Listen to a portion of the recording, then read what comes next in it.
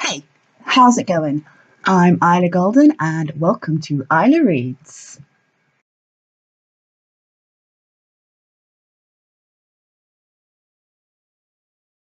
Echo felt a little bit strange turning up at her parents' place with her kids, her ex, and her ex's new partner in tow. But at the same time, she knew the more people right now, the better. Her Patch was right when he said her murmur would need the distraction.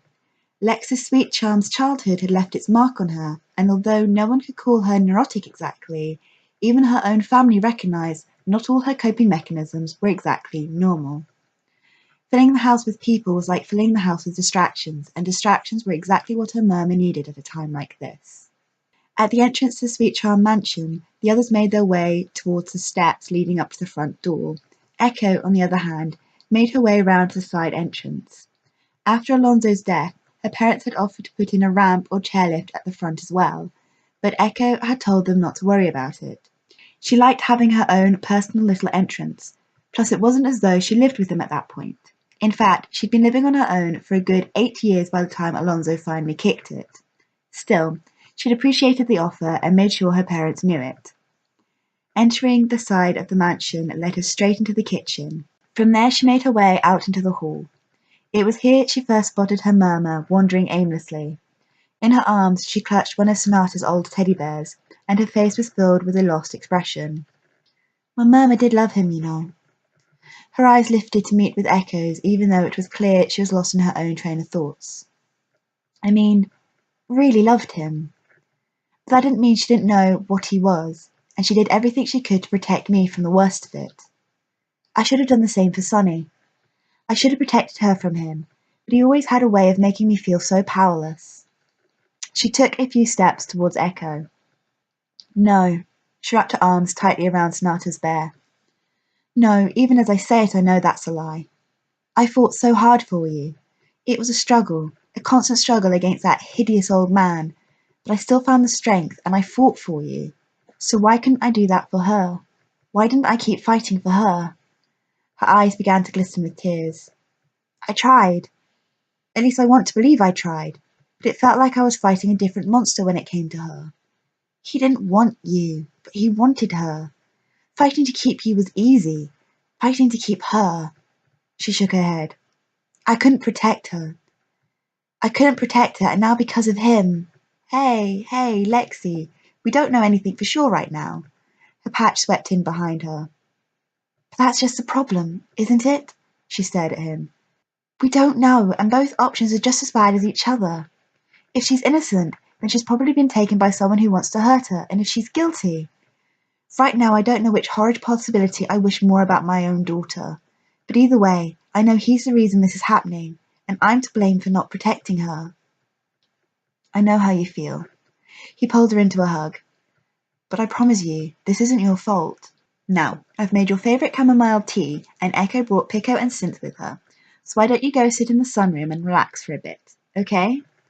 She nodded, but didn't give a reply.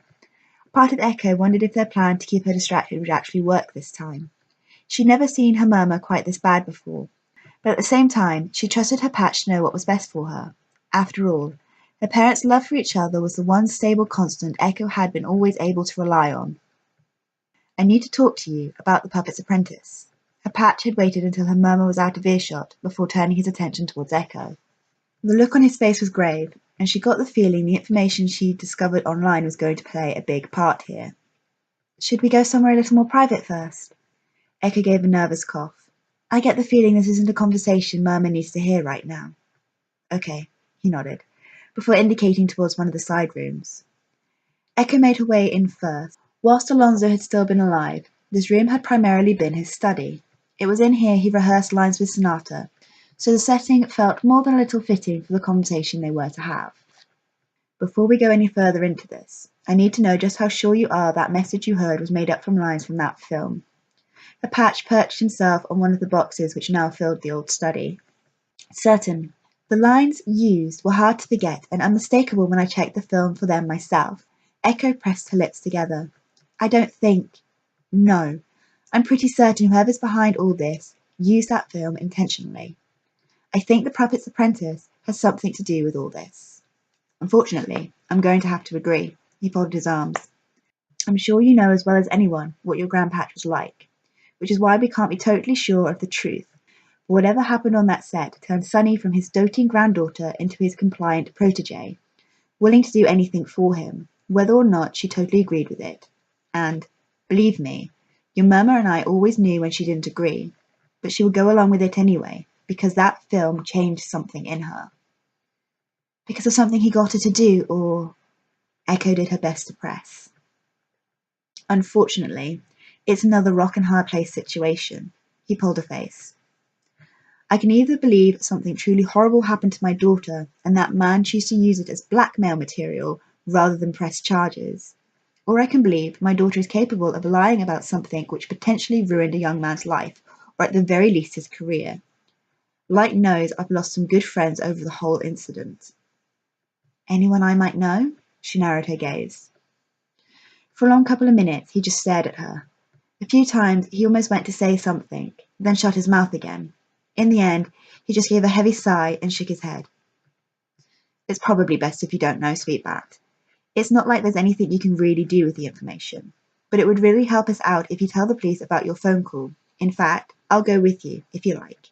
Then I can remind them of this incident. I'm sure they'll know what to do with all the information. So, what you're basically saying is that you want to rely on them. Echoe cocked an eyebrow. We already know they're not exactly being above board about all this. No. We know someone in their ranks might not be. Her Patch's face filled with a serious look. Which means we know as much about them as we do about Sonny right now. I know that's not exactly comforting, but they can still do a whole lot more with the information than we can, so I don't see what choice we have. We have to trust him, Sweetbat. His whole being suddenly looked old and worn out in a way only a Neath would be able to notice about another Neath. I have to trust them, Sweetbat. They're the only ones who can help my daughter now. Okay, Patch. She gave several stiff nods. We'll go to the station and I'll make a statement. You let Nia and Cleo know. I'll wait for you outside. I feel like I need some air. Okay, Sweetbat. His face filled with a warm but tense smile as he got up and made his way out of the room. As soon as he left, Echoe gave a heavy sigh and began massaging her temples. She really wished her Patch would tell her exactly what had happened back then, but in some ways she knew it would be pointless. Bassoon Moores was a man of honour, and talking ill of someone when you don't know the truth was something he found unforgivable, no matter what the situation. Pushing herself out of the room, Echoe began to question if he would mention the incident to the police, or if he did, what details he would go into with them. He would probably hope they had the incident filed away somewhere, and they probably did if CRFFT's story about a partially destroyed document was to be believed. Still, as she hit fresh air, she found herself feeling both completely helpless and powerful at the same time. She got the feeling she was going to feel like this a lot until the whole situation was resolved, and there was no point in letting it bother her too much. Of course, this was something much easier to say than it was to put into practice, and her train of thoughts stuttered to a halt as she spotted someone edging around the end of the driveway. From this distance, she looked so mousy, Echoe almost found herself questioning why she was ever suspicious of her to begin with. But then again, it was still her, and she was still here, lurking about as she had so many times before this point. From the position she was in, she knew she could move closer to Twigs without being seen by her. She didn't know why this struck her as such a good idea. Something told her if she made her presence known, Twigs would probably just run away, like a frightened little rabbit. Her inner monologue became a confused mess of thoughts.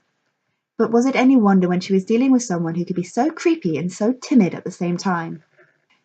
She still hadn't decided what she was going to do when she spotted something which made her insides turn several shades of ice cold. Twigs was holding her arm protectively in front of her chest as one hand fiddled with something on her right wrist. It was something so insignificant most people might not have noticed it, but seeing it only a couple of days before had almost singed its image into Echoe's memory, making it impossible for her not to be certain she was seeing what she was seeing. That thing around Twig's wrist. That thing she was playing with in such a tauntingly familiar manner. That thing was Sonata's friendship bracelet. The shock lifted and was replaced by an intense burst of anger. "What did you do to her?"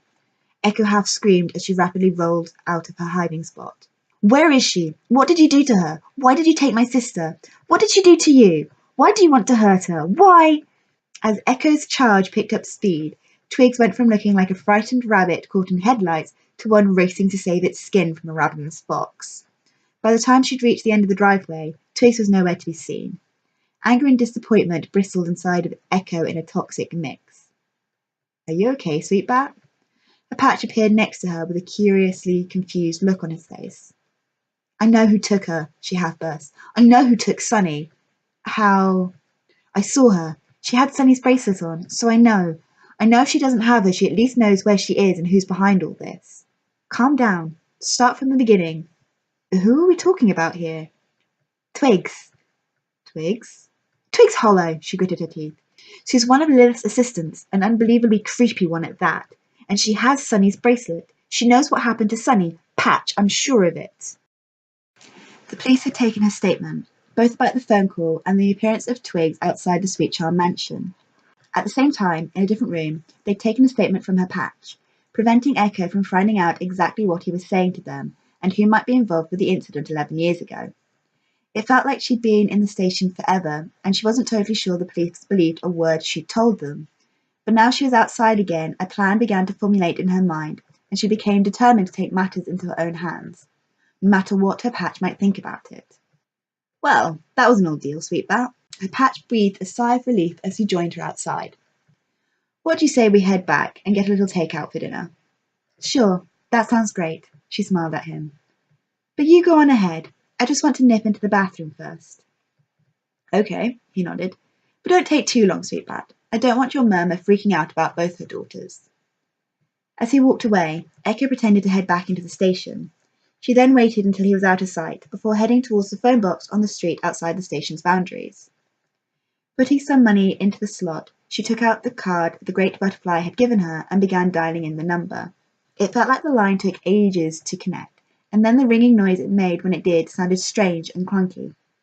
Tense shivers ran up and down Echo's spine as she tried to work out exactly what she'd let herself in for. "Gaia 1 Research Department, how may I direct your call?" The voice on the other end was so bright and bubbly it was hard to imagine this wasn't her first day on the job. "Oh, hi. I'd like to be connected to the Great Butterfly, please." "Just to confirm, is that the Great Butterfly of Libra or the Great Butterfly of Scorpio?" "Libra." Echo felt strangely relieved her contact had given her a full code name. "Who may I say is calling?" "Sweetbat." "Okay, 1 moment, please." There was an odd clicking noise, followed by another strange ringing on the line. "Hello? Sweetbat?" The Great Butterfly's voice sounded down the line. "I'm afraid I haven't got much to tell you yet. I haven't really had a whole lot of time. I told you—" "I know," Echo cut her off. "But I have a name I want you to check for me." "Oh?" "Since you've been gone, things have gotten a little more complicated. Someone took my sister from the station and is holding her somewhere. And you're sure she didn't just escape on her own?" There was a curious note in her voice. "I don't want to believe that, especially not after seeing someone wearing her bracelet." "Are you sure it was hers?" "Yes. The similarities were just too much to be a coincidence." "All right. I guess the person wearing it is the name you want me to run, then." "Yes. Please.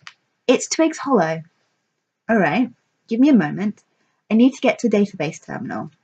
As she waited, Echo slipped a few more coins into the slot. There was no way she was going to risk the line cutting out on her. As she sat there waiting, she could feel her insides dancing with a mixture of nerves and excitement. She didn't know what the Great Butterfly was going to find exactly, but she knew it had to be important somehow. Okay, well, there are no Twigs Hollows registered in the database at all, but there are a few Twiglet Hollows. Can you give me some more details to narrow down my search a little?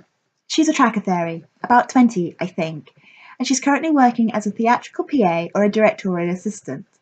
I know the woman she's working for well enough to know those are the official titles she gives her two assistants, but I'm not sure which one Twigs actually has. Ah, here we go. Tracker Fairy, Theatrical PA, age 19. According to this, she's a dual elementalist, with both Strek and Gera abilities, which makes sense since most Tracker Fairies have a natural affinity for these. Her voice trailed thoughtfully, as though she were reading. Most of her abilities are fairly standard for her breed. Earthen Call, Telekinesis, Sensory Locate. She also has a mild telepathic ability, but nothing to write home about. Would she be capable of projecting her own powers through someone else? Echo twisted the phone cord between her fingers. Not according to this, she wouldn't. I can do a little more digging if you like, see if there's anything noteworthy in her history or her family's history which might connect her to this. If nothing else, you've given me more of a focus here. That sounds great.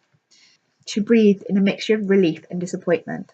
Before she could finish what she was saying, someone knocked on the glass of the phone box behind her, making her start with more than a panic-sounding squeal. Are you okay? She could hear the concern in the great butterfly's voice. I'm fine. She glanced towards the person who knocked on the glass. It's just a friend of mine. She sighed in relief before placing her hand over the mouthpiece and opening the door just enough to talk through it. You frightened the life out of me, Jet. Just give me a minute and I'll be right with you. He nodded and smiled as Echoe pulled the door shut again. Sorry about that. She turned her attention back to the conversation she was having. It's okay. I'll let you go now, but maybe you should give me a number to contact you on just in case I find anything. There was something strange about the tone of her voice, something Echoe couldn't quite put her finger on. It seems like things are getting a little urgent. Sure, my home number is 221-563, but I'm probably going to be at my parents' for a while this evening. So do you want theirs too?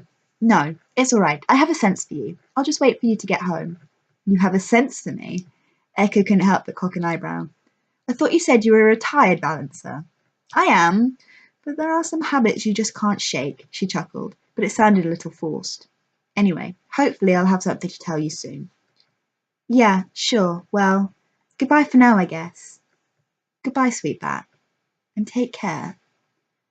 She hung up the phone and collected the small amount of change it returned to her. She then moved back out of the phone box and smiled curiously at the waiting Jet. What brings you here?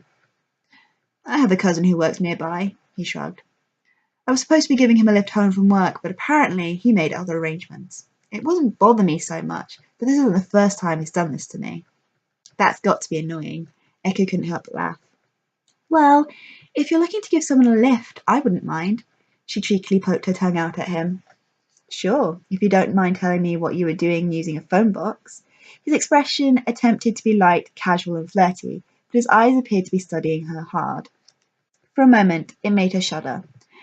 But she reminded herself he was probably worried about her, and that made her heart flutter a little. It wasn't that she wanted him to be concerned, but the crushing schoolgirl inside of her liked the attention. I was just calling a balancer friend of mine. She tried to keep her tone as light as possible. I think someone might have projected their power through my sister in order to make her appear guilty. I also think that same person might have... She hesitated. Might have what? Jet indicated they should start walking. I also think they might be the ones who kidnapped my sister. You mean your sister's gone missing? His tone was hard to read, but Echoe had learned that was pretty normal for him. Yeah, last night apparently. The police won't tell us what happened exactly, just that she disappeared. Well, that doesn't exactly look good for her, does it? He pressed his lips together. But do you really think whoever's behind this just took her to make her look guilty? I'm pretty sure that's exactly why they've taken her, and I also think Twigs might be involved. Twigs? Jet's gaze met with hers.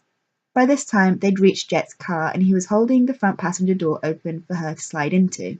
I know it seems pretty hard to believe. There's always been something a little off about her. At least, well, I know this sounds stupid and crazy, but, well, I think she's been stalking me. So, when I saw her today, outside my parents' place, at first it just gave me the same conflicted thoughts I've been having about it all, and then I noticed she was wearing Sonny's friendship bracelet. I thought you had to have friends in order to have one of those. Jet sounded vaguely amused as he collapsed her chair and put it into the boot. I think maybe she did once. A sad smile slipped across her lips. When she was very little, and before Alonzo had something to say about it. I see. Jet slid into the driver's seat. Are you all in? Mm-hmm. Echoe pulled her door shut, and beside her, Jet did the same. So you really think Twigs has something to do with this, then? He started the engine and pulled away. I know it's hard to believe, but yeah, I really do. Then how would you feel about the fact her car is about 2 ahead of us right now? What? Echoe peered through the front window. How? Oh, I see it now. Instantly, she felt her heart pounding hard in her chest. There were so many conflicting impulses moving through her, it was hard to know just what she wanted to do next. Although, if she was being honest with herself, there was only ever one train of thought she was going to follow. We should tail her. She glanced towards Jet. Find out where she's going. It might lead us to my sister. I don't know. He half glanced towards her. It could be dangerous. I don't care. She might be a brat, but Sunny is my sister. If there's a chance I can help her, I have to do this, Jet. Please. I mean, you do it for your brother, right? Okay. You've twisted my arm. He half smirked. Let's tail her. Enjoyed what you've heard so far? Please consider subscribing to find out when the next part's being released. Thanks for watching. See ya!